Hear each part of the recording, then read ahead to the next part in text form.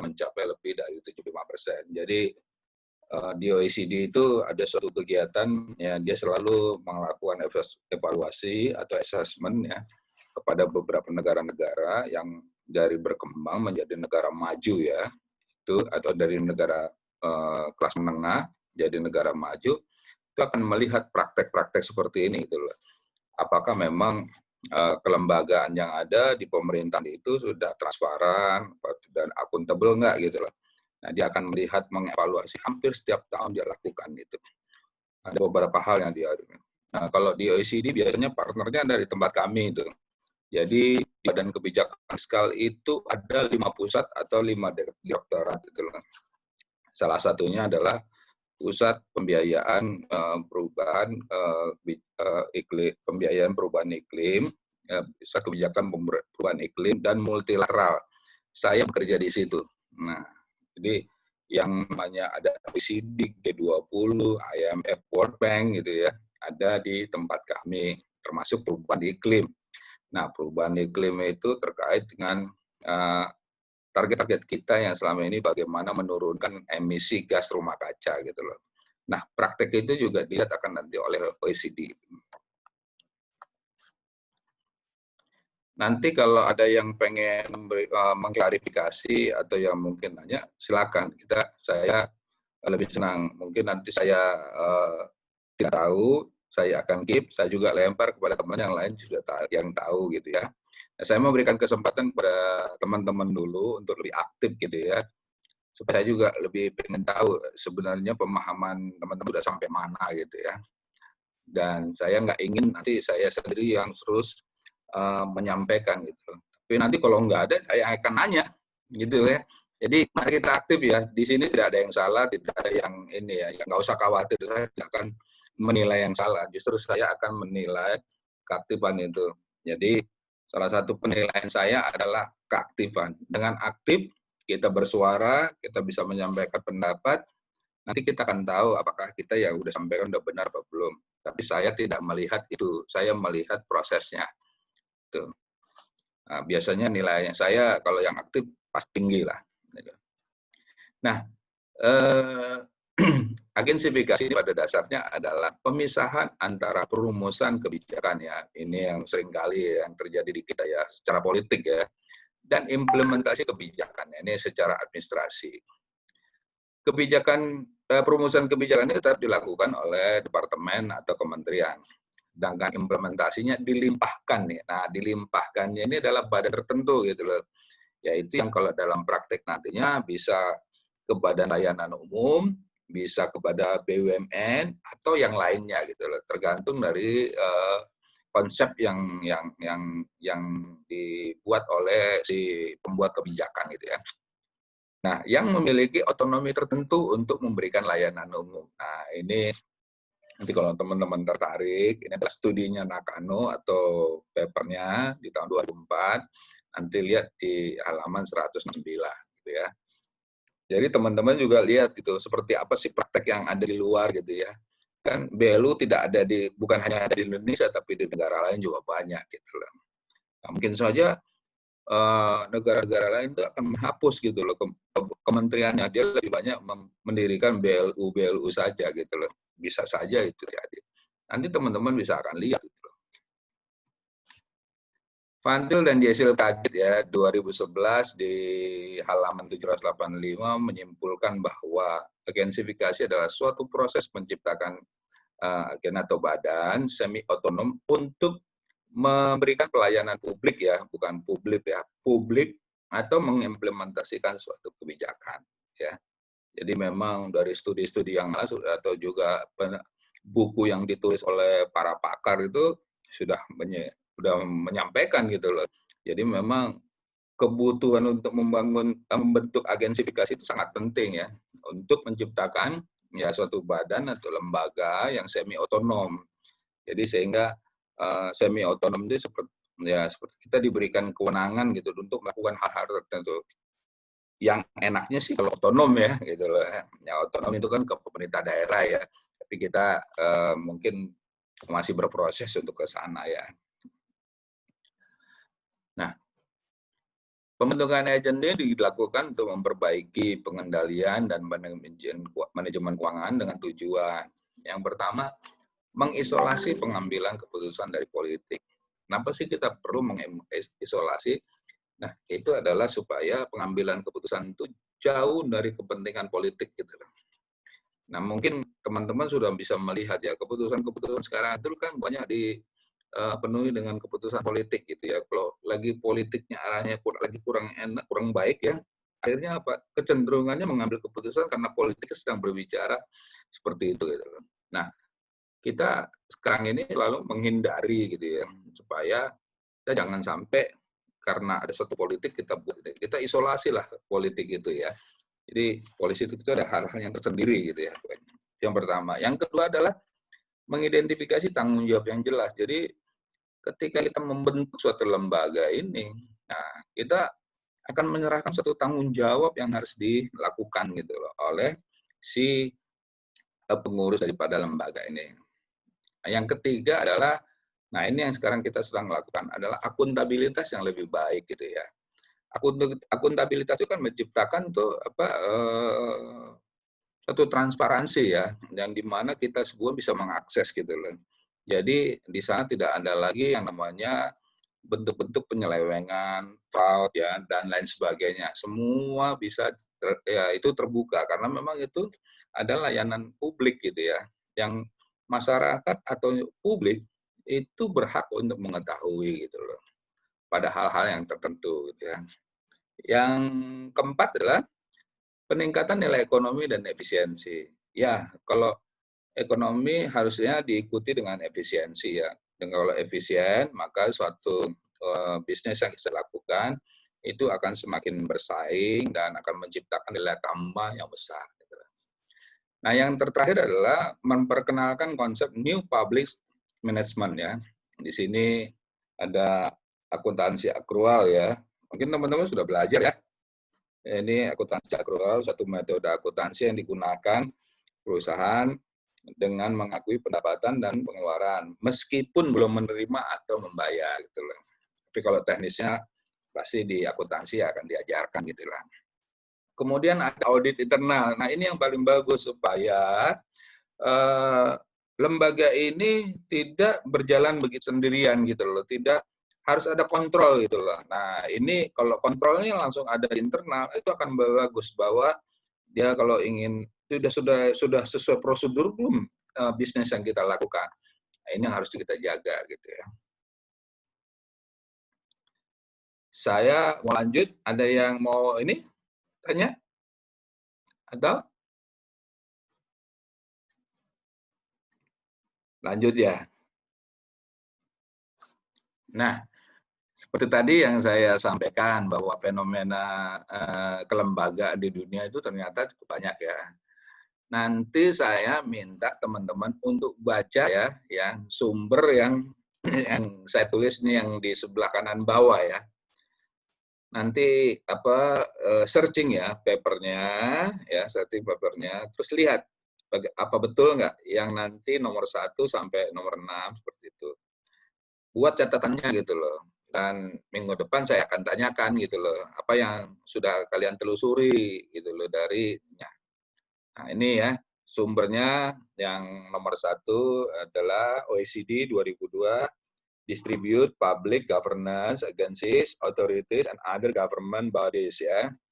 Nomor 2, modernizing government, the way forward, Francois, Roger Casala, Financial Management and Control of Public Agencies gitu ya. Ini ada semua, nanti tinggal dibaca saja gitu ya. Nah, di Inggris itu ternyata ada 155 kelembagaan sejak 1988. Ternyata 75% pegawai pemerintah bekerja di Inggris. Saya juga baru menarik juga nih kalau model begini ya saya kira ya. Jadi PNS itu nggak lagi bekerja sebagai birokrasi gitu ya, tapi dia sudah lebih pada bersifat bekerja sebagai agent gitu ya. Nah di Swedia ternyata jumlahnya jauh lebih banyak dibandingkan Inggris, ada 300 agensi gitu ya. Sebagian besar pegawainya bekerja, nanti lihat di papernya seperti apa ya gitu ya. Kemudian di Kanada ya, itu ternyata sedikit ya, kayaknya kalah dengan Indonesia nih. Ini hanya 17 agensi gitu lah, merupakan kebagian dari kementerian. Mungkin kementeriannya nggak banyak ya, bisa saja begitu. Dan nggak mungkin mereka di Kanada pemerintah lebih baik ramping, tapi fokus pada hal tertentu yang selebihnya dikerjakan oleh swasta. Bisa saja seperti itu. Kemudian yang keempat adalah Selandia Baru, itu ada 79 agensi. Wow, ini ternyata ada 80% nih ya pegawainya itu bekerja di agent ya. Menarik nih. Atau Belanda juga sama ya, seperti Selandia Baru, dan jumlahnya paling besar di antara 6 contoh yang saya berikan gitu ya. Ini ada 400 agensi ya per tahun 2000. Mungkin saja tahun 2020 sudah tambah lagi nih ya. Seperti kayak di Indonesia, penambahan BNU makin hari makin banyak gitu. Sekarang sudah 243, nanti kita lihat ya pada slide berikut gitu.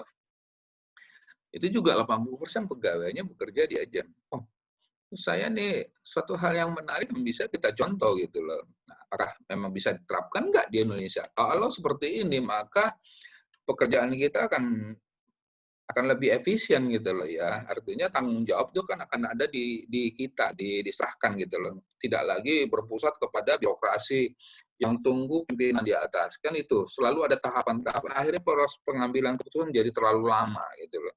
Ini yang memang menjadi dilema di kita ya, di dalam mengambil keputusan kalau model seperti itu.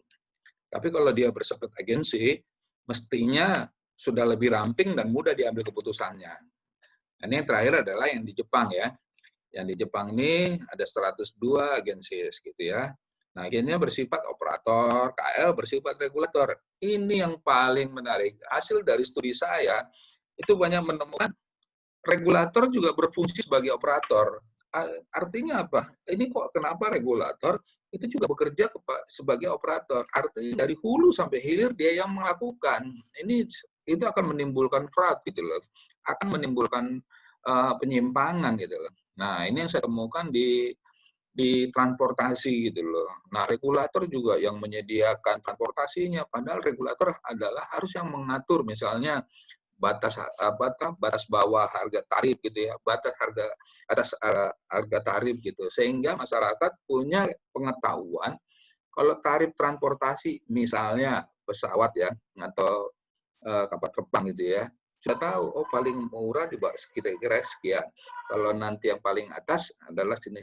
Jadi si operator itu akan bermain pada harga batas yang bawah dan atas gitu loh. Itu yang harusnya kita lakukan. Tapi ada regulator ternyata memiliki badan usaha yaitu operatornya. Udah. Ini akan menimbulkan harga persaingan tidak sehat, harga yang diberikan akhirnya timpang gitu antara yang harga perusahaan satu dengan si yang lainnya gitu ya. Nih, ternyata di Jepang sudah dibuat pemisahannya secara jelas ya antara regulator dengan operator gitu loh. Sudah melakukan penelitian itu ke Jepang. Di sana Kementerian Transportasinya dengan perusahaan transportasi memang dibedakan gitu loh. Sehingga di sana efisien sekali ya transportasinya berkembang dengan baik, khususnya transportasi massal gitu. Sejak tahun 1980, jumlah kelembagaan ini semakin meningkat secara signifikan, hampir di semua. Tadi kan contohnya sudah ada kan, ya kita lihat. Ini memang sudah dilakukan studinya oleh Polit ya dengan teman-temannya, kemudian Fantil, kemudian Verhoes ya. Nah ini nanti teman-teman lihat ya, coba cek ini si Polit, Fantil, dan Verhoes ya. Seperti apa sih yang mereka sampaikan, di mana sih mereka kajiannya. Teman-teman kalau di dalam melakukan suatu studi, lihat dulu data yang sebelumnya yang ada gitu loh. Dan data itu harus ada jelas sumbernya dan valid gitu ya. Sehingga kita kalau punya referensi, itu bukan katanya, tetapi menunjukkan. Kita harus bisa bilang, Polit et al. Atau teman-temannya yang 2001 menyebutkan gini-gini. Nah itu sehingga siapapun yang membaca tulisan kita atau mendengar penjelasan kita, itu percaya gitu loh. Sehingga kita bisa menyampaikan ini mestinya di Indonesia bisa dilakukan gitu loh. Nah, dengan melihat seperti ini bahwa pertumbuhan agensi di beberapa negara itu berkembang pesat. mestinya di Indonesia juga bisa melakukan hampir hal yang sama. Gitu ya. Ada yang mau bertanya? Atau lanjut? Saya diam sendirian, nanti Hendy saya minta, kamu ya lanjut Pak, gitu ya. Ya cukup Pak, nah, gitu ya. Ya Hendy ya. Siap, Pak. Siap, Pak. Nanti saya takutnya ngomong sama diam semua itu. Jangan-jangan pada tidur. Saya buka dulu screen yang ini ya. Coba saya lihat tuh. Ada. Ya. Jangan ada yang lagi boleh sambil minum nggak apa-apa. Ya kan nggak mengganggu saya gitu. Kecuali di kelas ya. Nah, ini Irfan ya lagi serius ya gitu loh. Nah, ya udah Muhammad Fadil lagi ngetik ya. Ini lagi udah. Ya, saya lanjut ya. Ini ya, common future setiap agen menurut OECD. Jadi memang rujukan kita selalu OECD. Kenapa sih OECD Pak Gunan?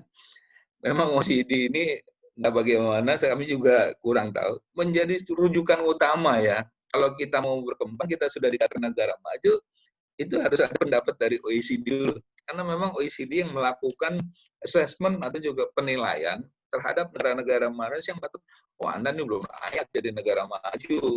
Tapi kalau Anda nih sudah middle income nih, gitu, kemudian tingkatkanlah. Nah, salah satu kuncinya adalah transparansi dan akuntabilitas. Proses bisnisnya selalu clear. Mereka selalu bilang, prosedur SOP-nya seperti apa. Pasti ditanya itu. Nah, strukturnya bagaimana? Nah, ini struktur pengelolaan di level atas berbeda dengan kementerian biasa. Dia menyatakan bahwa hierarkinya yang berbeda. Mekanisme pertanggungjawaban antara direktur yang dipilih dengan cara yang berbeda dari proses yang biasa. Kemudian juga tanggung jawab, ya CEO atau direksi atau direktur utama bertanggung jawab atas pengelolaan keseluruhan.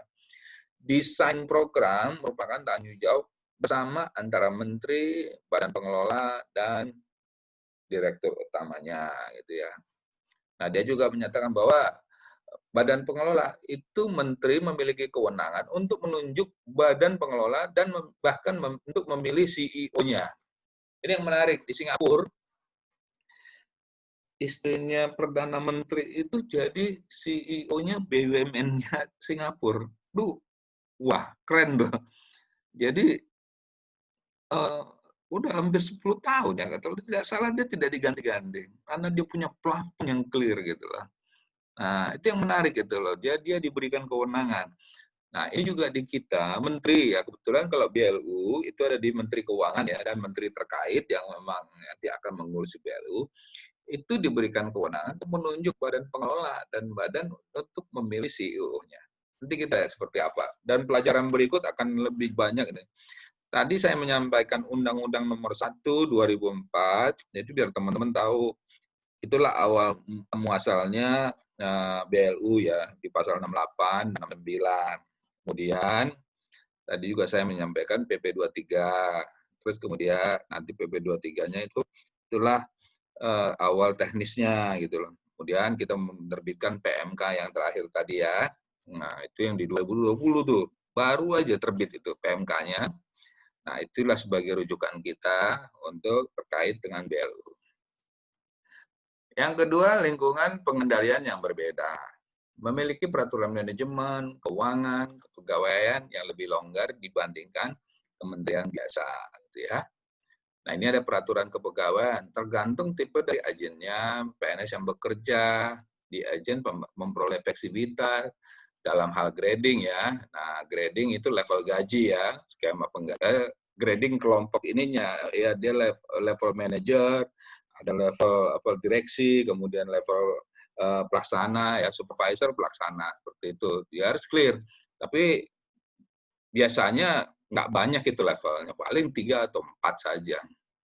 Semakin panjang levelnya, semakin besar levelnya, itu biasanya akan menjadi birokrasi akan panjang gitu lah.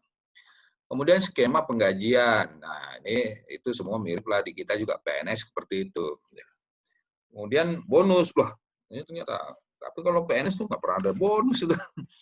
bonusnya ada namanya gaji gaji ke-13 gitu loh. Gaji ke-13 memang ada, tapi ya kalau bonus kan beda. Kalau bonus biasanya itu berapa kali gaji kan gitu. Nanti teman-teman merasakan. Nah, ini udah semester 5 terakhir ya, Andy? Tingkat 3, Pak. 2 semester lagi, Tingkat Pak. 5 3 ya? sama 6. Wah, jadi semester depan itu semester terakhir ya? Iya, Pak. Wah, luar biasa ya. Kalian semua di D3 perbendaraan ya? Iya, Pak. D3 Kebendaraan Negara. Wah, ini calon-calon pemimpin ini ya, kepala KPKN ya, KPKN ini. Ya, kalian udah siap-siap ya, ditempatkan nanti ya, di daerah ya. Saya juga pernah daerah, nggak apa-apa lah. Semua akan nanti ke ini, Direktorat Jenderal Perbendaraan. Atau ada yang di kementerian lain nggak nanti? Tidak, Pak. Bakal di kementerian lain, Pak. Ada? Iya, Pak. Oh, sudah diketahui dari sekarang? Kabarnya sih bakal di kementerian lain, Pak. Oh, tapi belum tahu ya?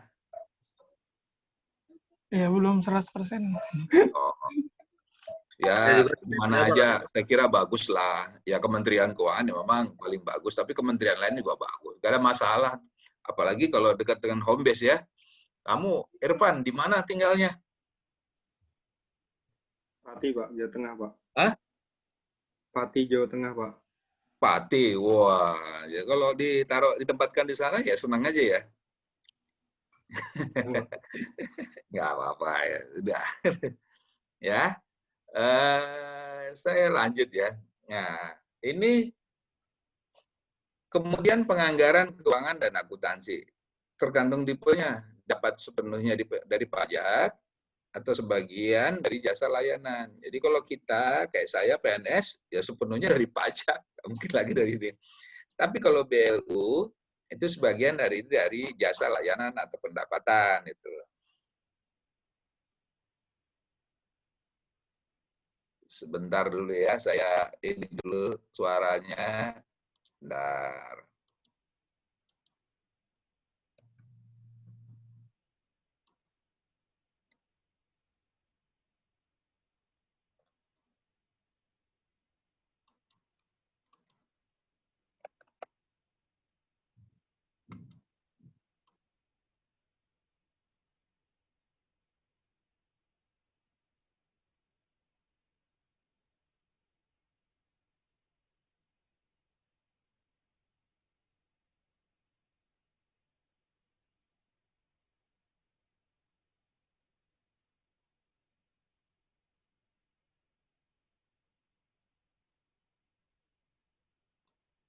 Ya, lanjutkan ya. Anak biasa. Saya juga jadi WFH soalnya. Nah, tadi saya lanjutkan, kalau dengan badan layanan itu, dia ternyata punya pendapatan juga di luar dari yang diterima dari APBN atau yang bersumber sebagian besar dari pajak. Yang berikutnya adalah otonomi pengelolaan. Ini penting sekali, manajemen kontrak. Jadi agen yang memiliki hubungan kontraktual atau semi kontraktual dengan kementeriannya. Target ditetapkan bersama antara kementerian, badan pengelola, dan CEO.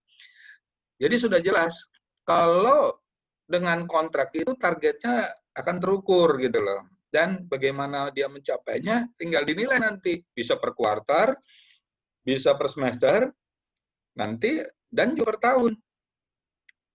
Sebenarnya itu menunjukkan bahwa day by day itu akan dimonitor gitu loh. Nah, dari kontrak itu misalnya kita punya 9 kontrak, 1 melakukan A, 2 melakukan C, 3 melakukan K gitu ya. Itu kan di-review gitu loh. Akan dilihat target ini saya ingin meningkatkan pendapatan dari bla bla bla sebesar 20% pada tahun 2020 gitu ya. Maka dia akan dievaluasi. Sebelum tahun 2020 berakhir, dia akan ditanya, sudah targetmu sudah tercapai berapa? Saya bisa menyampaikan, semester pertama saya sudah sampai nih 12%. Berarti target saya tinggal 8% lagi. Nah, itu terukur itu. Tapi kalau kita memang ya di kementerian, itu ukurannya nggak ada. Ya bukan nggak ada, kita ada sih. Tapi kita nggak pernah, mencapainya itu dengan sesuai dengan target ini. Karena pekerjaannya juga fleksibel jadinya. Nah, ada volatilitas yang cukup tinggi gitu ya. Kemudian yang berikutnya adalah manajemen dan penganggaran yang berorientasi output atau outcome. Kontrol pada input terus dikurangi. Itu. Jadi memang ini bagus sekali gitu loh. Seperti kalau apa ya, peribahasa atau anekdot ya, kepala dilepas, ekor dipegang. Nah, ini kan nggak bisa jalan nih. Sebaiknya memang kepala dilepas, ekornya juga ekornya juga dilepas supaya dia lebih mudah bergerak, tapi kontrolnya nggak terlalu banyak gitu loh. Nggak harus di-input gitu loh. Nah, kalau di-input dia akan membuat kesulitan, dia akan nggak bisa bergerak dengan output yang ingin dicapai gitu. Nah, penganggaran tahun jamak. Nah, ini yang menarik. Jadi kalau di badan layanan itu, dia bisa bekerja langsung multi-years gitu loh. Sedangkan kalau di kita, di APBN, ini sudah belajar lah ya APBN ya, di semester 3 ya, kalau nggak salah ya. Nah, itu hanya bisa berlaku di pada tahun anggaran yang sama. Nah, ini yang menyulitkan. Kayak misalnya saya nih, saya menganggarkan sekitar 200 juta untuk melakukan studi biomasa gitu ya, pembangkit listrik yang berbasis biomasa. Alokasi itu hanya bisa saya serap di tahun yang sama, tahun 2020 ini. Saya nggak bisa carry over ke 2021 gitu loh. Nah, ini yang yang yang menyulitkan kita akhirnya, kita nggak bisa loh. Apalagi misalnya, tanggung nih di Januari kita baru survei. Kayak saya nih sekarang, saya nggak bisa serap. Kenapa? Karena saya nggak bisa pergian lagi seperti yang sebelumnya. Kalau awal tahun lalu, saya dengan rancangan yang sudah saya berikan, saya udah menentukan daerah mana. Misalnya ke daerahnya Ega ya di Lombok, saya biasanya itu daerah survei saya terus itu.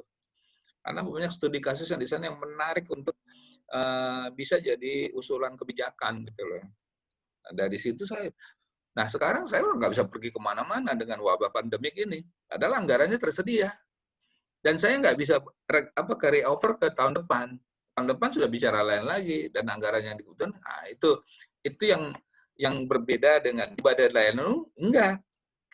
Kepergian saya ke Lombok itu tertunda, tapi bisa saya lanjutkan nanti di tahun depan. Paham ya? Itu ya. Nah, ini ada sumbernya ya. Nanti lihat ya. Tadi saya sudah sampaikan nih. Nanti papernya coba dibaca ya, yang di OECD 2002 ya. Nah, ini keuangan negara. Ini asalnya Undang-Undang Berbendara Negara, kemudian di situ ada BLU ya. Semua hak dan kewajiban negara yang dapat dinilai dengan uang, serta segala sesuatu, baik berupa uang maupun berupa barang yang dapat dijadikan milik negara berhubung dengan pelaksanaan hak dan kewajiban tersebut. Nanti di akhir dari pertemuan kita, paparan ini saya share ya ke teman-teman ya, gitu. Saya akan selalu lakukan begitu supaya nanti teman-teman supaya bisa kalau untuk mengulang lebih mudah, gitu ya. Ini saya kutip dari Undang-Undang Nomor 17 Tahun 2003 di Pasal 1 Angka 1 ya. Nanti teman-teman bisa lihat ya. Biasanya saya akan memberikan pertanyaan tuh banyak dulu kalian dapat ini ya, pengelolaan keuangan negara ya. Pengelolaan kas negara, Pak. Ya, kas negara ya. Di semester 3 apa? Semester 3, Pak. Oh, semester 3. Di semester 2 nggak dapat. Apa itu? Yang terkait PPKN, dengan Pak. Ada, Pak. Pengantar pengelolaan keuangan negara, Pak. Oh, pengelolaan keuangan negara kan? Saya sempat ngajar soal itu. Nah, itu yang jadi teman-teman sudah bisa melihat ya, bentuknya ini seperti ini, pengelolaan keuangan negara. Ada dua, yaitu tidak dipisahkan sama dipisahkan. Gitu loh. Nah, yang tidak dipisahkan tuh kan rumit kan?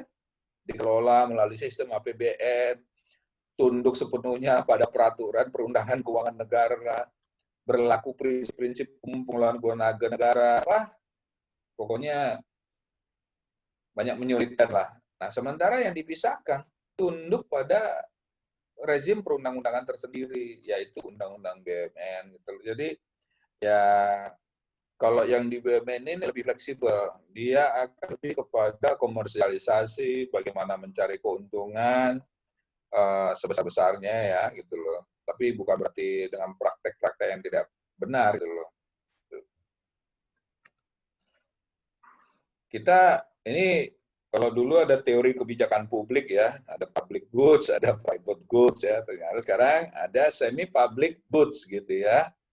Ini terbagi antara yang di sebelah kiri monitor itu ya, di sebelah kiri yang layar itu ada negara, di sebelah kanan tuh private atau swasta.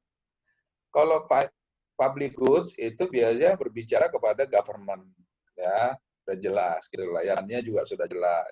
Kemudian semi public goods itu ternyata dia berbicara non for profit atau non profit lah lebih gampangnya ya. Itu ada yayasan, ada NGO ya, non government organizer ya. Kemudian ada private goods, itu market ya yang berbicara, ada BUMN. BUMN kenapa sih beririsan? Karena BUMN juga ada ternyata yang berbicara semi public goods. Ada Perum ya, gitu loh. Kemudian ada PT Badan Hukum ya, gitu loh. Nah, kemudian seperti kayak perguruan tinggi itu ya, Badan Hukum. Kemudian kalau private goods ada BUMN juga, itu yang kalau dia lebih kepada market adalah Persero. Persero seperti kayak PLN, KAI ya, kereta api, PLNI gitu ya, Jasa Marga, jalan tol ya. Nah, kemudian ada private properties, itu seperti kayak Astra ya, Unilever gitu. Itu ya private properties gitu lah. Itu ya. Jadi kita bisa bedakan antara di mana birokrasi, di situ ada saya dan teman-teman di kementerian, kemudian ada BLU ya, public service ya, internal service agencies, kemudian ada BUMN yang ada di semi publik, ada di kemudian ada di private. Di private itu Persero. Sekarang ini BUMN lebih banyak bergerak di private goods ya. Supaya dia lebih fleksibel dalam mengusahakan bisnisnya gitu ya. Lanjut, atau ada pertanyaan? Izin bertanya, Pak. Oh iya, ya agak keras ya, kayaknya jauh nih. Ya. Seperti yang tadi disebutkan, Pak, bahwa BLU jika terdapat anggaran yang belum terserap untuk tahun anggaran berjalan, maka dapat dipergunakan untuk tahun anggaran berikutnya. Lalu apakah ini akan mengurangi anggaran yang diberikan APBN kepada BLU tersebut, Pak? Seperti yang tadi disebutkan, anggarannya kan masih tersedia gitu, Pak, untuk digunakan pada tahun anggaran berikutnya, seperti itu, Pak. Oke, ya. Bagus sekali pertanyaannya. Setiap anggaran yang tidak terserap, kemudian dia di carry over, pasti ada penjelasannya kan ya? Ya, itu pasti ada penjelasannya. Maka kalau itu real, kalau dia memang mengalokasikannya untuk sesuatu kegiatan saja, maka praktis biaya itu akan di carry over kan ke berikutnya. Nah, itu bukan mengurangi ya, artinya itu tetap saja biayanya bisa tetap dibebankan pada tahun berikutnya. Tetapi kan pasti ada biaya yang tetap berlangsung kan? Paham nggak ya? Seperti itu biaya. Jadi memang tidak dikurangi gitu loh. Tergantung memang daripada jenis kegiatan untuk belanjanya gitu loh. Nah, ini yang berbeda dengan kalau di APBN kan. Kalau di APBN, kalau kita tidak terserap, itu memang kecuali tidak ada wabah ya, gitu ya, kecuali wabah, itu kemungkinan besar kita akan dikurangin. Karena memang prestasi dari pencapaiannya itu tidak baik gitu loh. Nah, kalau di BLU dia akan direview apa sih penyebab daripada ini biayanya. Mungkin harga itu jadi berkurang karena pasarnya semakin baik ya, merencanakan harga per kuantiti awalnya adalah 100 gitu ya, karena berdasarkan pada HPS ya. Nah kemudian ternyata pada saat berjalan, harganya turun, karena memang mungkin kuantiti yang ada di pasar semakin banyak, harganya berkurang dengan 80. Nah, berarti kan praktis harganya berkurang kan? Nah, sekarang soalnya harganya naik. Harganya naik dari 100 menjadi 120. Nah, alokasinya kan nggak cukup ya. Bisa sih minta penambahan, tetapi dianggarkan aja nanti karena kurang ya itu bisa di carry over gitu loh, dan biaya itu di tahun berikutnya gitu loh. Ya. Baik, Oke. Pak. Terima kasih banyak, Ya. Pak. Ada lagi? Pak, izin bertanya. Ya, Tadi silakan. kan disebutkan bahwa agen itu apa sih? Agen itu ada yang kontraktual dan semi kontraktual dengan kementerian. Nah, untuk yang semi kontraktual dengan kementerian itu maksudnya gimana dan contohnya di Indonesia itu apa?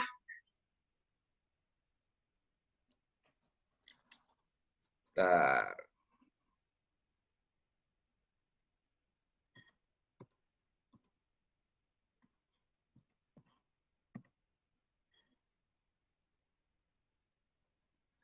Oke, ya di sini ya. Kalau dia kontraktual, ya, ini kepada agen ya. Nah, kita serahkan semua, ya, kita ukurannya, kontraknya bicara apa? Misalnya ada 9, gitu ya. Ada 9 yang kita minta kepada lembaga atau agensi, dan di mana di situ ada direksinya, ya. 9 ini bisa dicapai nggak? Ya sanggup, gitu loh. Ya sanggup, maka 9 itu dia akan menjadi targetnya dia di 1 tahun bersangkutan. Misalnya selama periode, oke.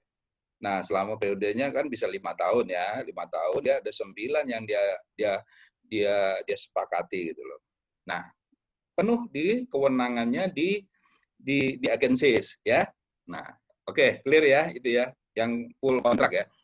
Sedangkan yang semi itu sebagian itu kewenangannya ada yang dengan di pemberi kontraknya, yaitu apa? Menteri atau pejabat yang ditetapkan. Itu ya. Ada yang nah, dia di dalam dari situ yang muncul nanti menteri itu akan menetapkan nanti dewan pengawasnya ya untuk yang supaya kontrak yang ada di menteri itu bisa direalisasikan di situ. Itu ya. Jadi contohnya kalau BLU ya, nah kesehatan ya, kesehatan itu kan nggak semua kontraknya full gitu ya. Kontraknya full itu ada memang di kewenangannya, memang di agensinya itu ya. Sedangkan yang dia semi kontraknya itu ada kewenangannya memang ada di menteri, yaitu Menteri Kesehatan dengan Menteri Keuangan yang memang itu. Di situ ada nanti penerjemahan dari kontrak full dan semi kontrak. Gitu. Ya. Terima kasih, Pak. Ya. Ada lagi? Izin bertanya, Pak. Iya, siapa nih?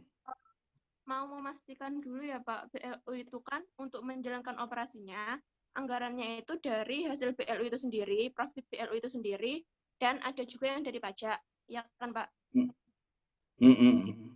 Nah, itu ada apa enggak sih, Pak, kemungkinan kalau BLU itu terus-terusan tidak berprofit, sehingga untuk menjalankan operasinya itu, si BLU ini terus-terusan didanai dari pajak. Kamu sudah pernah melihat itu? Belum, Pak. Makanya saya bertanya. Ya. Kenapa kita mendirikan BLU? Itu karena memang juga sebagian ada pendapatannya memang dari usahanya. Tuh. Jadi kalau kita mendirikan BLU, tapi ada pendapatannya semua di cover dari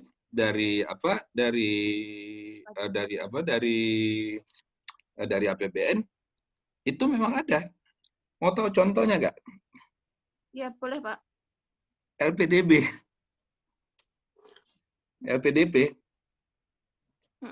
Oh, Ya, iya. iya kan?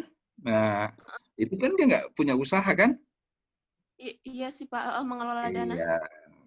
Tapi kalau yang lain, nah itu. Tetapi kita mengharapkan BLU, LPDP ini yang mengirim apa mahasiswa-mahasiswa S2, S3 kalau luar negeri ya, yang banyak ya, itu memang dibiayai penuh dari APBN, pakai dana abadi gitu. Nanti kita akan kita lihat bagaimana sih, dan masih 13 kali lagi pertemuan nih. Tapi menarik ini. Nah, sedangkan yang kita mengharapkan sebenarnya adalah bagaimana badan ini bekerja secara profesional dengan proses bisnis yang sehat. Itu sebenarnya.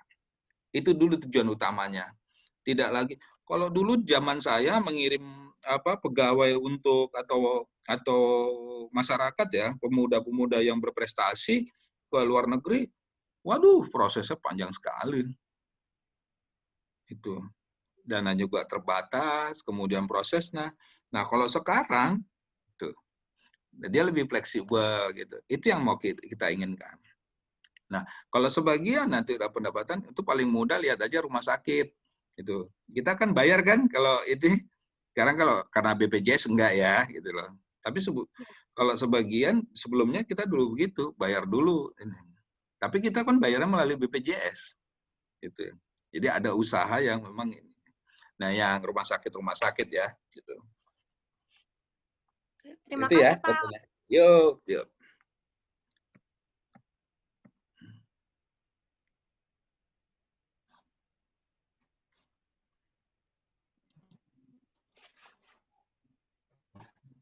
Ini ya, tadi yang nanya ini ya, si Velia ya, tadi ya, yang tadi otonom dan semi otonom ya. Tuh.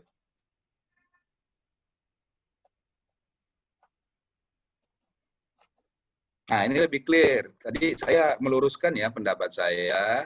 Ya, ternyata yang otonom itu adalah BUMN ya. Yang semi otonom adalah di BLU. Maaf ya, tadi ada kurang pas itu. Saya kasih contohnya ternyata agak keliru gitu ya.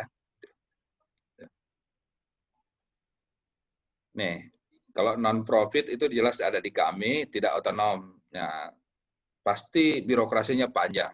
Ya, itu pengalaman saya. Kemudian dengan Satker, dia semi otonom. Nah, kekayaan negara tapi tidak dipisahkan.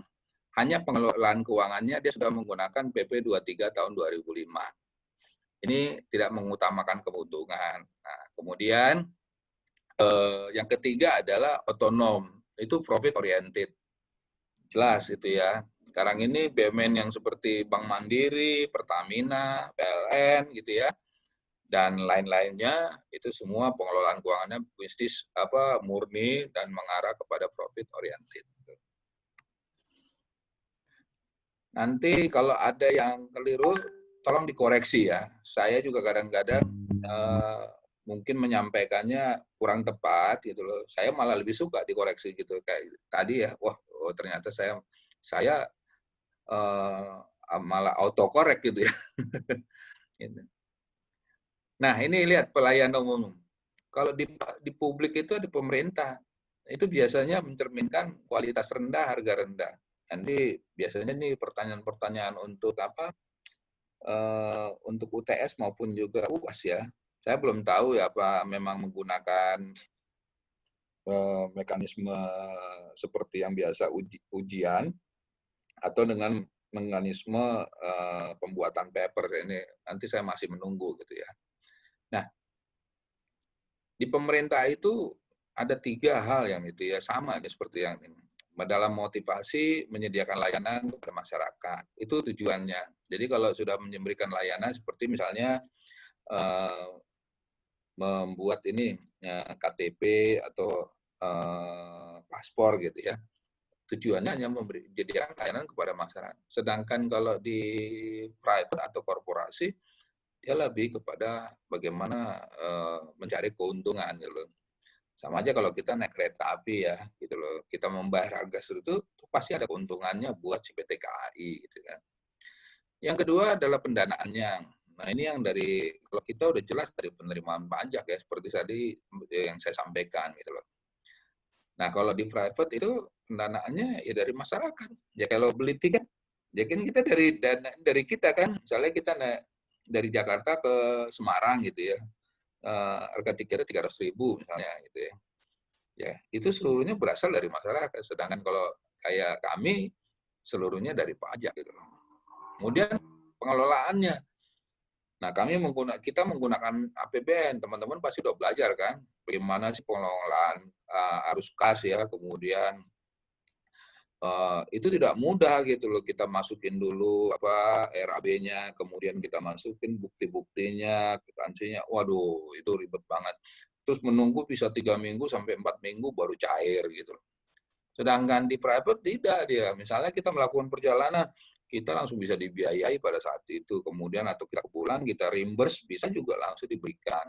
Sedangkan di APBN, waduh, saya kalau udah melakukan perjalanan dinas ke daerah, itu kita membiayai sendiri dulu. Baru nanti kita kumpulkan buktinya, kita sampaikan, diproses. Makan waktu lah sampai total tuh 1 bulan baru dana SPPD-nya cair gitu loh. Nah, itu yang suka menyulitkan kita yang kalau melakukan kegiatan dari kantor ke luar kota gitu ya. Nah, dari sini kelihatan kualitasnya dan harga yang di kita rendah-rendah aja, harga juga rendah ya. Sedangkan di private dia pasti kualitas tinggi, harganya juga tinggi gitu ya. Tinggi di sini ini maksudnya bersaing gitu ya, bukan berarti tinggi setinggi-tingginya. Kalau setingginya itu kan akan merusak pasar nantinya. Nah, ini kan gagasan ideal pada layanan umum tertentu, kualitasnya kan kita pengennya tinggi, betul. Harganya sharing ya, bersaing lah gitu ya, dijangkau juga. Tapi tetap ada sedikit keuntungan, tidak diutamakan. Lembaganya adalah pemerintah. Pengelolaannya itu yang selalu kita tekankan, modelnya korporasi. Gitu. Nah, ternyata saya mendahului dari Undang-Undang Nomor 1 tahun 2004 yang pasal 68 dan 69. Di sini dijelaskan BLU dibentuk ya meningkatkan pelayanan. Teman-teman tolong nanti dibaca ya. Beberapa UTS atau UAS yang lalu selalu akan keluar seperti ini. Ya nanti kita akan paling pertanyaannya kan kita bolak-balik gitu ya. Tapi kalau teman-teman sudah mengerti dari pasal 68 dan 69 itu udah nggak ada masalah lagi kira untuk menjawabnya. Ini dibentuk ya dalam rangka memajukan kesejahteraan umum dan mencerdaskan kehidupan bangsa. Sudah jelas yang paling terlihat itu ya LPDP. Sekarang ini kita kan belajar dari Jepang sama Korea. Bagaimana Jepang sama Korea mengirimkan masyarakatnya untuk sekolah ke luar negeri gitu ya, mau ke Eropa, ke Amerika gitu loh. Dan mereka balik lagi ke negaranya untuk bisa berkontribusi kepada bangsanya. Nah, itu juga yang dilakukan oleh LPDP. Nah, teman-teman dari STAN juga sekarang banyak tuh alumni STAN yang udah jadi dari D4, kemudian melanjutkan ke S2-nya itu melalui LPDP. Nah, ini tujuannya. Itu dari aspek pendidikan. Kemudian ada aspek kesehatan. Dari kesehatan itu kita memberikan layanan kesehatan yang bagus, tapi dengan harga yang ini. Makanya kita memperkenalkan namanya BPJS. Tapi mindset daripada masyarakat kita itu masih belum terbangun dengan baik ya. Nah, teman-teman harus bisa merubah itu juga, bahwa kesehatan itu harus memang diperhatikan dari sekarang. Kalau kesehatan kita tidak baik, maka pendidikan kita cenderung juga kurang baik gitu. Itu sejalan itu ya. Hasil studi sudah menunjukkan seperti itu. Maka dari awal kita sebaiknya jangan nunggu sakit baru bayar. Sebaiknya sebelum sakit kita bayar dengan premi yang sudah ditetapkan. Nah, kita bayar, kita jangan memikirkan, oh saya nggak menikmati kok. Oh, siapa yang mau menikmati sakit? Itu tujuannya BLU gitu ya. Yang kalau yang di rumah sakit itu. Nah, di BPJS itu kan dia lain lagi, itu kan bukan BLU ya. Ada di satu lembaga yang memang dibentuk oleh DPR gitu. Nah, dia mencari keuntungan juga kalau itu. Kekayaan BLU merupakan kekayaan negara yang tidak dipisahkan. Jadi kalau nanti laporan dari keuangan pemerintah pusat, itu BLU masuk di dalam laporan aset yang ada berapa ribu triliun, nanti lihat itu. Yang ketiga adalah pembinaan keuangan BLU pusat dilakukan oleh Menteri Keuangan. Nah, ini kan Menteri Keuangan itu dominan di situ. Jadi kalau momen pembentukan BLU, biasanya Kementerian Teknis akan mengajukan dulu gitu loh. Nah, mengajukan dulu. Misalnya yang terakhir ini kita bentuk adalah Kementerian BLU Lingkungan Hidup ya. Nah, itu yang kita bentuk. Itu usulannya memang dari Kementerian Lingkungan Hidup dan Kehutanan. Gitu ya. Sudah terbentuk Oktober tahun lalu, dan saat ini sedang berproses pembentukan organisasi dan lain sebagainya. Pembinaan keuangan BLU pemerintah daerah dilakukan oleh pejabat pengelolaan keuangan daerah, sementara pembinaan teknis dilakukan oleh kepala SKPD yang bersangkutan. Nah, ini tergantung di mana. Kalau BLU-nya kan rumah sakitnya ada di daerah gitu ya. Kalau di Semarang apa ya? Karyadi ya kalau nggak salah ya. Nah, itu ada BLU-nya di situ. Nah, ada keuangan daerahnya. Tapi semua nanti ini di bawah pembinaan dari Direktorat Jenderal Perbendaharaan Negara. Kalau nggak salah direktoratnya Direktorat BLU. Nanti lihat websitenya di situ. Ada tuh situsnya BLU tuh ada khusus ya. Nah, ini yang pasal 9 ya, yang terakhir dia pasalnya BLU menyusun rencana kerja ya RKA, dan yang kedua RKA beserta laporan keuangan, laporan kerja merupakan bagian yang tidak terpisahkan. Kemudian pendapatan dan belanja BLU dikonsolidasikan dalam RKA ya, atau KL atau Pemda ya, tergantung. Kalau Pemda kan BLUD dia namanya. Nah, pendapatan BLU sehubungan dengan jasa layanan merupakan pendapatan negara atau pendapatan ini. BLU dapat menerima hibah ya, kemudian BLU, nah ini yang menarik, pendapatan BLU dapat digunakan langsung untuk membiayai belanja BLU yang bersangkutan. Kalau sedangkan yang tidak di kami nggak bisa gitu ya. Kalau misalnya punya, kayak misalnya Kementerian Kumham ya, kan imigrasi itu ada dia, imigrasi kan itu ada yang pembuatan paspor ya, nah kan bayar. Itu nggak bisa digunakan langsung, harus masuk kas negara dulu. Ketentuan lebih lanjut mengenai pengelolaan keuangan BLU diatur dalam PP. PP-nya adalah PP 23 ya, tahun 2005. Ini ya, pengertian BLU, ya, instansi di lingkungan pemerintah dibentuk untuk memberikan pelayanan kepada masyarakat berupa penyediaan barang, jasa yang dijual tanpa mengutarakan mencari keuntungan, dan dalam melakukan kegiatannya didasarkan pada prinsip efisiensi dan produktivitas. Ini baca ya, ini PP 23 ternyata sudah diubah dengan peraturan pemerintah nomor 74 2012 gitu ya. Tadi saya belum sampaikan ya PP 74 2012. Nanti teman-teman ini ya searching aja ya di Google ya.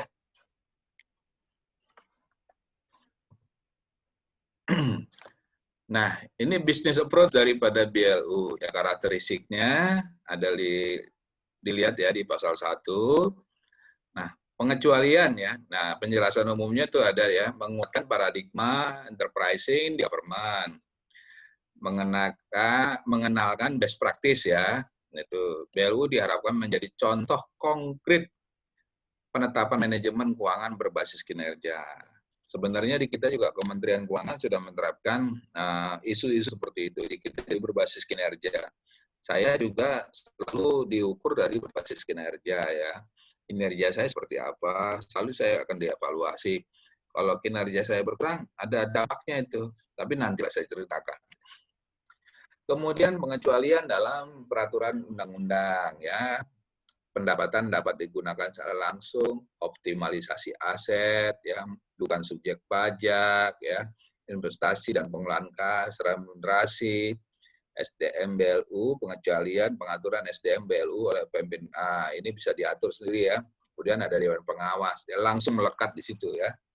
Tujuannya meningkatkan pelayanan masyarakat dalam rangka memajukan kesejahteraan umum dan mencerdaskan kehidupan bangsa. Diulang terus ya. Nah, tujuannya ini ya, nah, meningkatkan pelayanan, fleksibilitas dalam pengelolaan keuangan, penerapan praktik bisnis yang sehat. Ada 3 prinsip, nanti coba lihat itu ya, di regulasi Ada 3 prinsip, ada ekonomi, kemudian yang kedua ada praktik bisnis yang sehat, yang ketiga kalau tidak salah adalah produktivitas. Gitu. Bisa saja ya itu jadi pertanyaan nanti ya di dalam UTS ya. Ini fleksibilitas ya tuh, pelaksanaan anggaran di kepegawaian sama remunerasi ya. Dibaca lagi ya di rumah ya, masing-masing rumah. Dan semua ini tinggal di rumah kan, ada yang di kos. Di rumah, Pak. Di rumah semua ya. Ada mahasiswa saya yang tahun lalu orang tuanya malah jadi ikut pindah ke Tangsel. Saya juga kaget juga gitu ya, karena memang kalau dia ini dia di orang Sidoarjo kalau nggak salah. Tapi nggak tahu kenapa ya, mungkin orang tuanya kali punya pekerjaan kali di daerah Jakarta, akhirnya dia ikut kepada anaknya aja gitu. Nah ini ya, proses bisnis daripada BLU. Nah, ini supaya memudahkan teman-teman yang membaca. Ada nomor 1 ya, PKL tenis, usulan di BLU, kemudian yang penggunaan aparatur negara ya, reformasi, birokrasi, persetujuan. Jadi harus ada persetujuannya di awal ini. Tapi kalau sudah jadi itu sudah lebih mudah gitu ya. Nanti dia tadi poin 8 gitu ya. Di pengelolaan keuangan BLU itu dia semi otonom di situ. Baru monitoring dan evaluasi. Nah di sini peran teman-teman akan ada oleh Direktorat Jenderal Perbendaharaan dan kementerian atau lembaga terkait. Ya. Itu teman-teman juga bisa bekerja di situ. Ya, bisa bekerja di BLU. Banyak juga bekerja di BLU ya karena memang didapatkan ada yang jadi direksi, ada yang jadi kepala divisi. Jadi itu remunerasi diperhitungkannya dengan 4 aspek aja tuh. Proporsionalitas, kepatutan, kesetaraan, kinerja. Nah, biasanya kan ada pertanyaan yang bukan 4 aspek remunerasi apa gitu loh. Nah, yang kan ada satu tapi mungkin profesional kali disebut gitu ya. Itu kan bukan kan ya. Yang dimaksudkan adalah profesional kan. Yang ini disebut sama kepatutan, kesetaraan, kinerja operasional.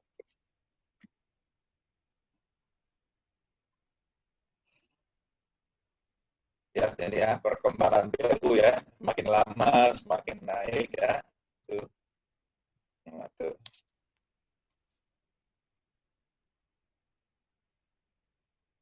Naik kan?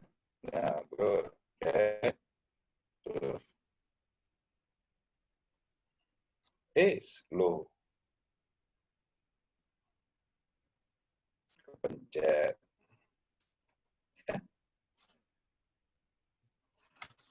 Hendy, nanti saya minta kamu Iya, Pak. nanti teman-teman untuk menjawab kenapa 2012, 2013, 2014 jumlah BLU-nya kan sama ya, 141 ya.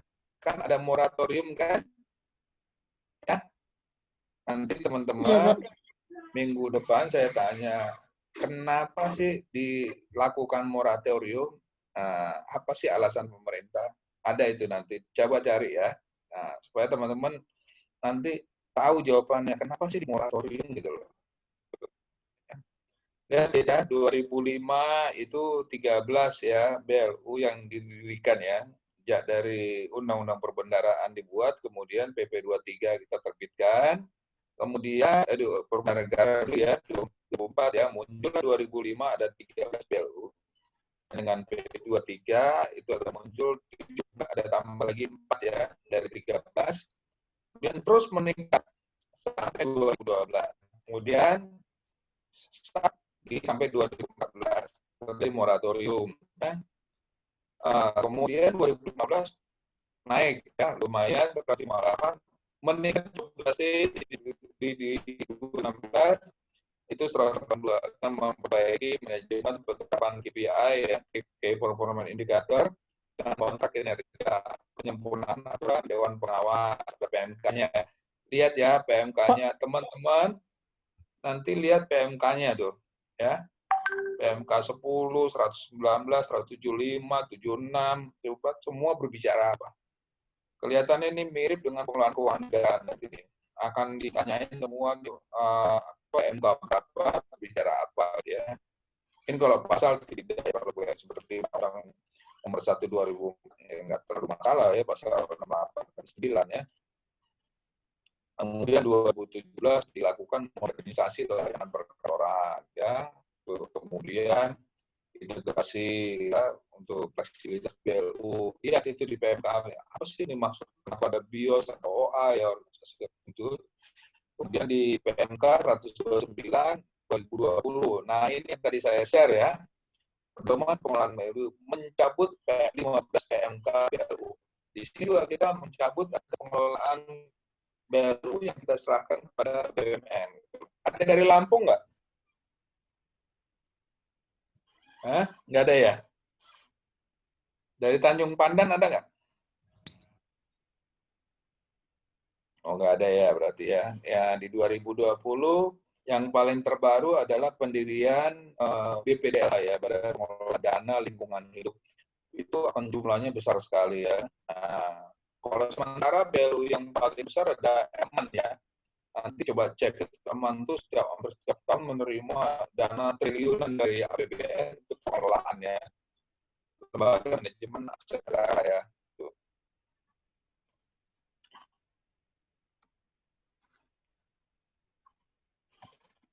Ini lihat totalnya, BLU-nya 243, pendapatannya 48,9 triliun. Wow, lumayan. Asetnya cukup tinggi karena memang dia bukan berorientasi keuntungan, maka pendapatan juga memang tidak terlalu besar. Tapi asetnya cukup besar nih, 1.114 triliun. Yap. Suara Bapak kurang terdengar jelas, Pak. Oh gitu? Iya. Oh ini baru apa? Memang tidak stabil koneksi saya nih. Kalau sore memang begini, saya juga nggak nyangka nih. Awal-awal ini sudah jelas ya? Sudah, Halo? Pak. Sudah. Oh sudah.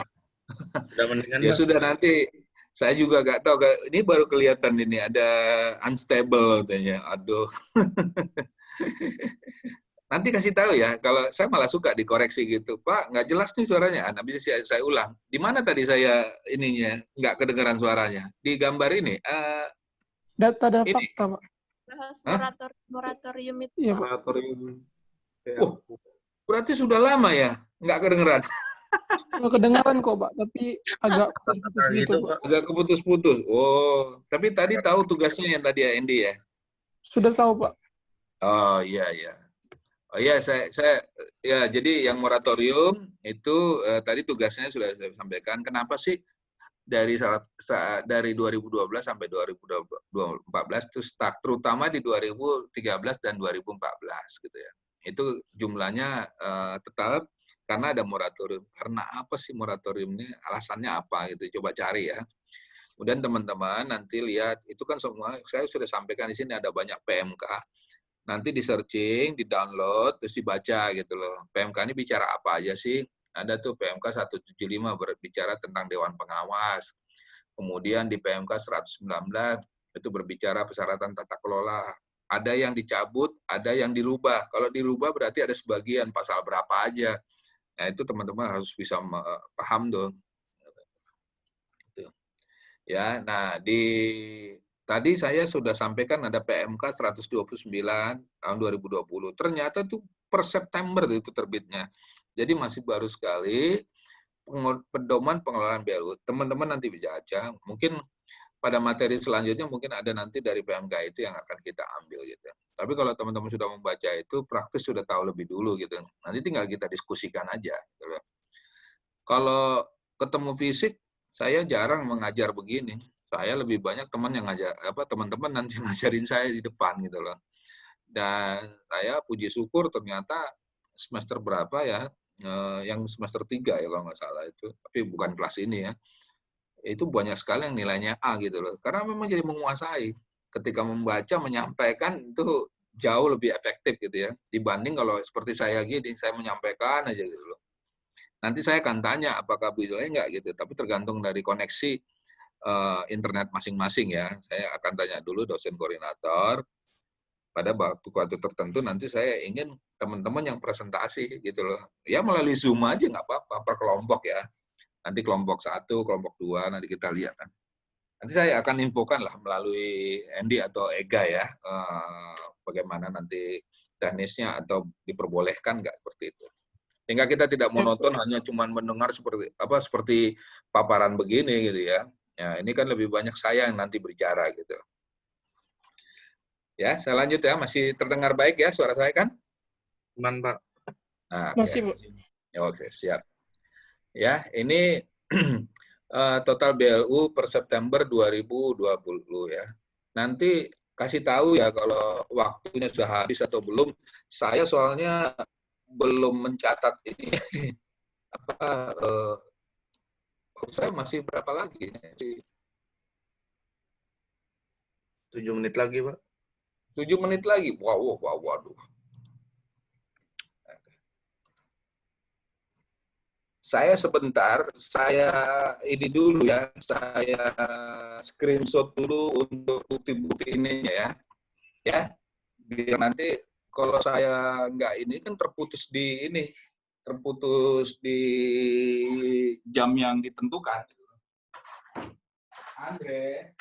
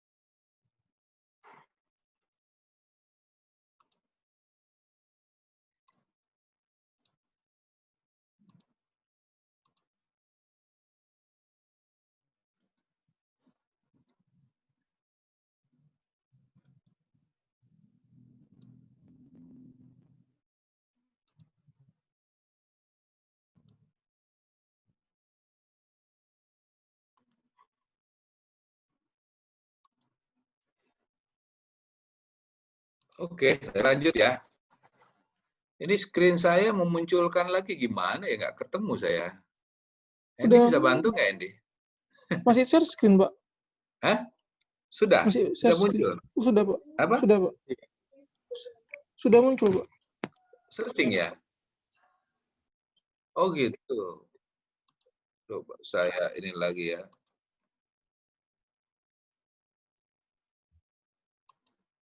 Kenapa hilang ya?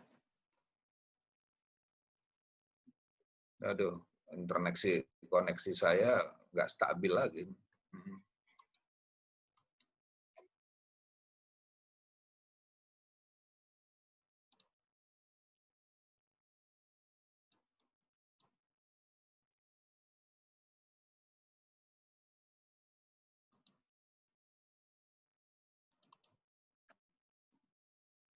Bisa? Belum? Belum ya? Ini udah ke share screen, Pak. Udah ada, Pak, di layar. Tapi belum Sudah di kelihatan? present. Sudah, Pak. Di kami udah kelihatan, Pak. Gimana ya? Kok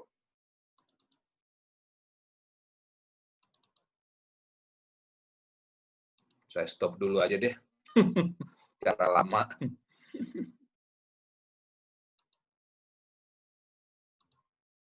Saya share lagi.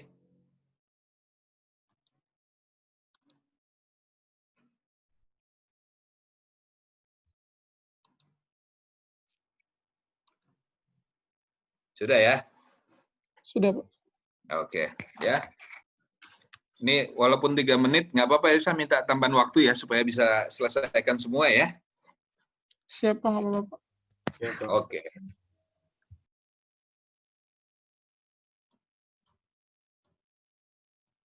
Nah, ini total pegawainya sendiri di 2020 ini sudah sebanyak 150.000. Wah, ini udah angka lumayan ya, 155.000.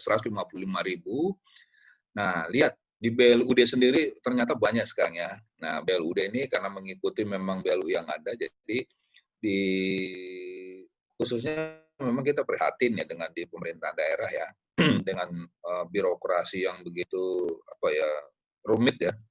Ya mungkin teman-teman dong mengalaminya ya melalui orang tua ya masing-masing, gimana kita ngurus KTP, kartu keluarga, hal-hal yang seperti itu ternyata agak prakteknya agak merepotkan ya. Makanya secara perlahan Pemda itu membentuk BLUD ya supaya lebih profesional, lebih mudah gitu loh. Kalau memang ada tarifnya sudah diketahui berapa sih harga tarifnya, bukan yang mungkin praktek sebelumnya yang nggak ketahuan seperti apa yang berapa sih kita membuat KTP itu harganya seperti itu, kita nggak pernah tahu kadang-kadang.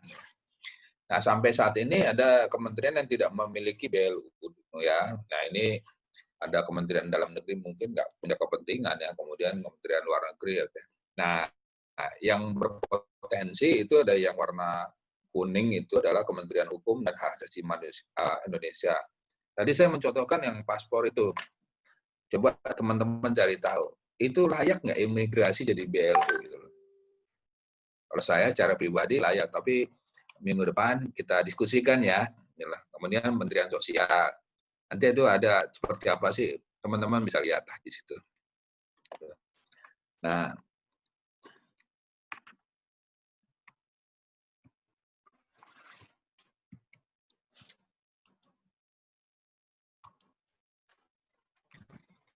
ini ya, kontribusi BLU ya. Nah, lihat ini. Pertumbuhan PNBP nasional, PNBP ya, kemarin beberapa waktu lalu teman-teman sudah belajar PNBP ya, itu memang pertumbuhannya juga cukup tinggi ya. Di 2018 itu PNBP sebesar 409 triliun ya, sedangkan kalau BLU itu masih 47,2 triliun. Nggak apa-apa, memang targetnya adalah bukan mencari keuntungan kok. Kita kan menyediakan layanan yang baik dengan tarif yang murah gitu ya. Nah, tetapi lihat ya, realisasi PNBP BLU ya di tahun 2017 itu adalah 47,2. di 2025 kita menaikkan hampir lebih dari 2 kali lipat gitu ya. Itu kenaikannya 100%. Nah, ini bisa tercapai atau tidak tergantung nanti teman-teman nih. Teman-teman udah pada bekerja nih nanti di situ, ya kan? Nanti akan teringat dengan materi ini pada saat lagi bekerja di BLU atau di Direktorat Jenderal Pembendaraan. Nah, tahun 2025 nggak lama lagi lah ya. Nah, teman-teman kan tahun depan juga sudah ada yang bekerja kan di Agustus nanti gitu ya. Nah, itu akan mengetahui seperti apa perkembangannya. Nah, ini saya kasih contoh saja bahwa tren belanja PNBP dibanding rupiah murni ya. Nah, rupiah murni, nah, itu lihat ya. Rupiah murni semakin lama semakin ya persentasenya akan semakin mengecil ya, sedangkan kalau BLU semakin naik. Gitu. Nah, kemandirian BLU juga kita harapkan juga seperti itu. Kemandirian BLU semakin lama semakin tinggi. Jadi pendapatan akan diperoleh lebih banyak dari porsi BNBP-nya, bukan lagi dari APBN gitu. Itu yang pada tahun 2025 direncanakan 30 BLU mandiri. Tuh. Jadi tunjangan kinerjanya nanti 100% dari BNBP. Ya. Kalau gaji pokok PNS itu akan masih berlaku kepada ya. Kemudian ini kemandirian BLU akan menambah fiscal space bagi APBN. Nah, ini ya indikator yang kita akan lakukan pembangunan nasional ya.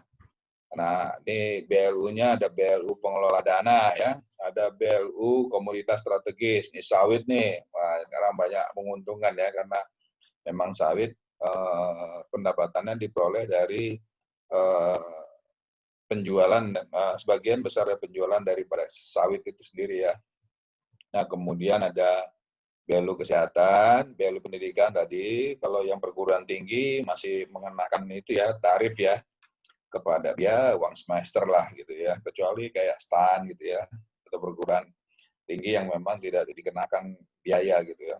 Kemudian ada BLU ketahanan pangan, nah, contoh-contohnya apa, coba cari lagi di situ ya, dari 243, nanti lihat, kelompokkan ya, mana yang ada di komoditas strategis, mana ada di pengelola dana, mana ada di kesehatan, mana yang di pendidikan, mana yang ada di IT, mana yang ada di sini ya.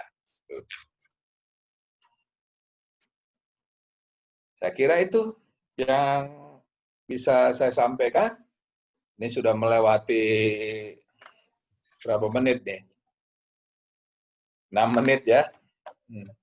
Di websitenya PKN Stan juga sudah otomatis tertutup ya. Gitu. Saya kira itu teman-teman. Nanti untuk diskusi kita ya, tolong nanti Ega ya dicatat.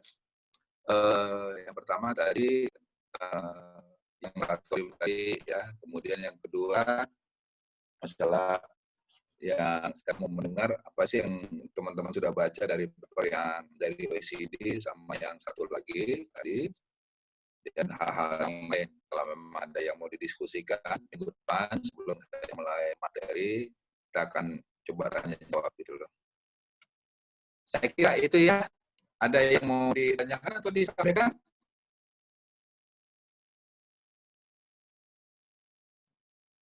Cukup? Belum, Pak. Kayaknya Pak cukup. Sepertinya sudah, Pak. Oh, sudah. Sepertinya Ya. sudah. Ya. Yang di apa juga waktu yang di Wita juga pasti sudah menjelang gelap ini ya. Iya, Pak. Saya kira itu ya, teman-teman ya. Saya ucapkan lagi selamat sore, sampai ketemu di minggu depan ya. Terima kasih. Izin live ya. Ega, Ya, Pak. Hendy, terima kasih ya. Ya, terima kasih juga, Pak. Terima kasih banyak, Pak. Terima kasih, Pak. Terima kasih, Pak. Oke. Ya, sampai ketemu ya. Ya. Masih. Ya.